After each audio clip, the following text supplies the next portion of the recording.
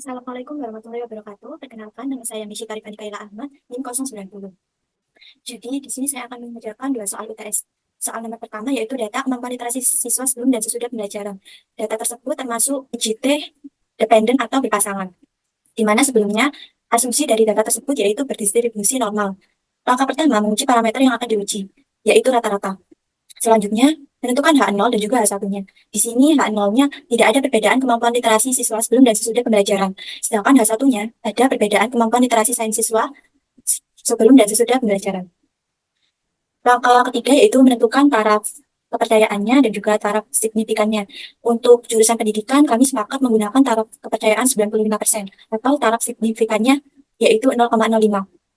Selanjutnya, menguji T berpasangan dengan cara klik data, lalu data analisis, lalu kita memilih yang aspire to sample for means. Selanjutnya untuk variabel satunya yaitu yang pretest.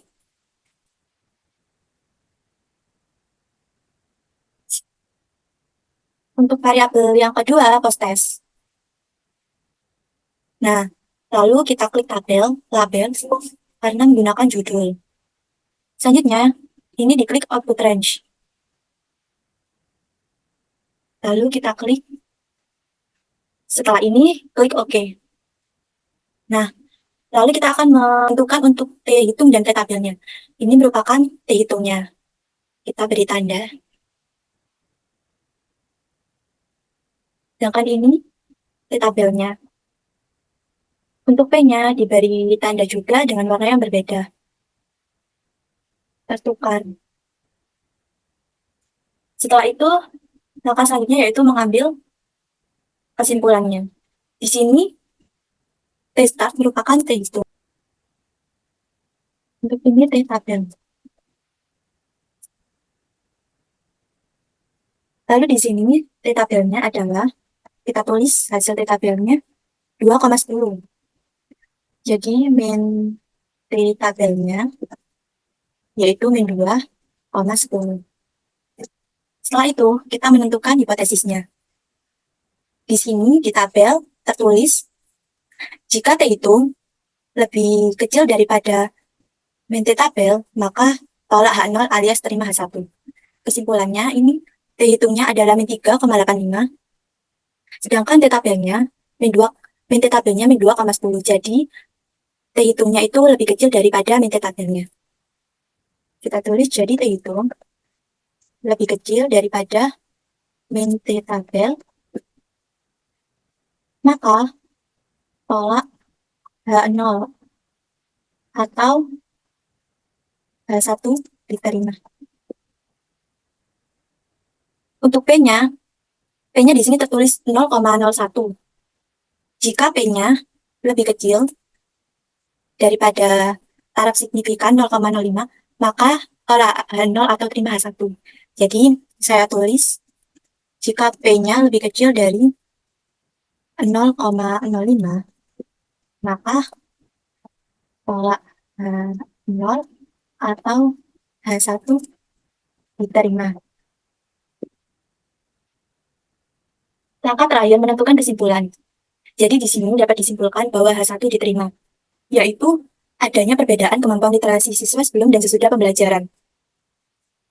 Lalu ditulis pada kesimpulan.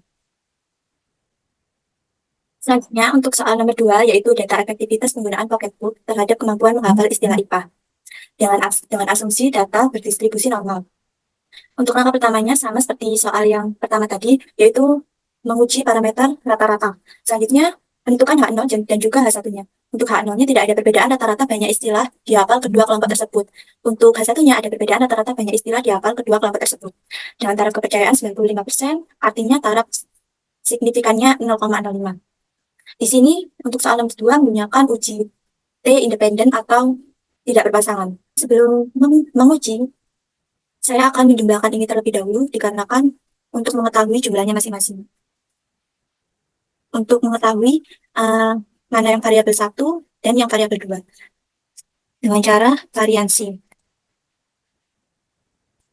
Yaitu sama dengan var S, lalu ini kita blok, lalu tutup kurung, enter. Untuk yang kedua juga sama, yaitu 4, S, lalu buka kurung di blok, dari yang atas sampai bawah, lalu tutup kurung, enter. Nah, setelah kita menemukan jumlahnya, maka kita dapat menentukan variabelnya 1 atau 2. Variabel 1 itu yang jumlahnya lebih banyak, yaitu yang eksperimen ini adalah variabel 1. Sedangkan yang ini termasuk variabel 2. Lalu kita akan memberi warna pada. Nah, setelah kita menentukan variabelnya, maka kita akan menguji homogenitasnya dengan cara klik data.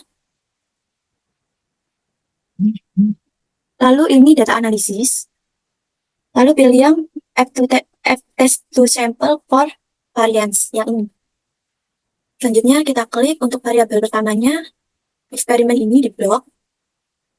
Maaf. Untuk yang variabel kedua, variabel kontrol di blok. Lalu label dicentang karena menggunakan judul, lalu ini output range, ditulis di sini.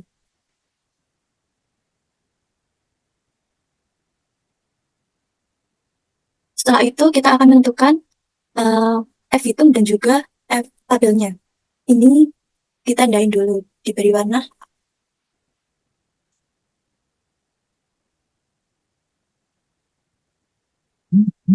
Ini F hitung ya.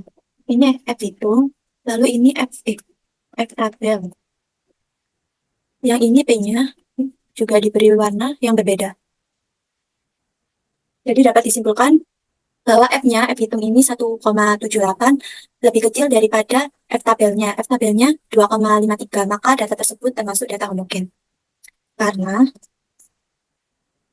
F lebih kecil dari F tabel, maka data homogen. Selanjutnya, untuk P-nya ini karena lebih kecil dari 0,05, maka data homogen. Karena P lebih kecil dari 0,05, maka data homogen. Setelah menguji homogenitasnya, maka langkah selanjutnya adalah menguji T independennya.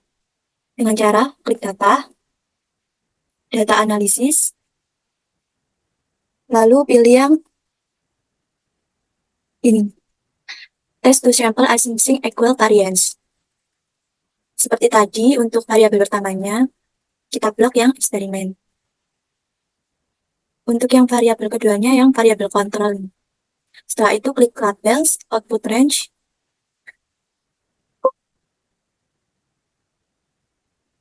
Kita klik di sini. Lalu klik OK.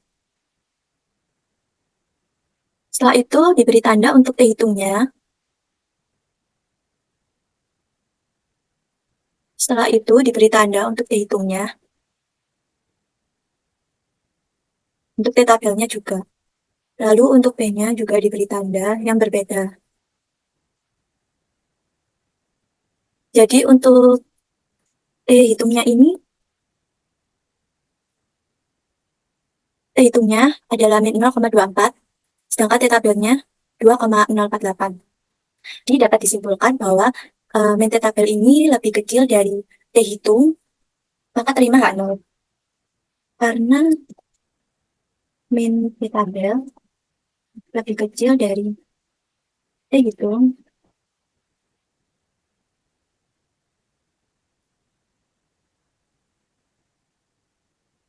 maka H0 diterima. Selanjutnya untuk yang P-nya ini karena P lebih besar dari 0,05, maka H0 diterima. Karena P lebih besar dari 0,05, maka H0 diterima. Jadi untuk persoalan nomor 2 ini dapat disimpulkan bahwa H0 diterima. Jadi jika H0 diterima, maka tidak ada perbedaan rata-rata banyak istilah di hafal kedua kelompok tersebut. Sekian presentasi UTS dari saya. Bila ada banyak salah kata, mohon dimaafkan. Wassalamualaikum warahmatullahi wabarakatuh.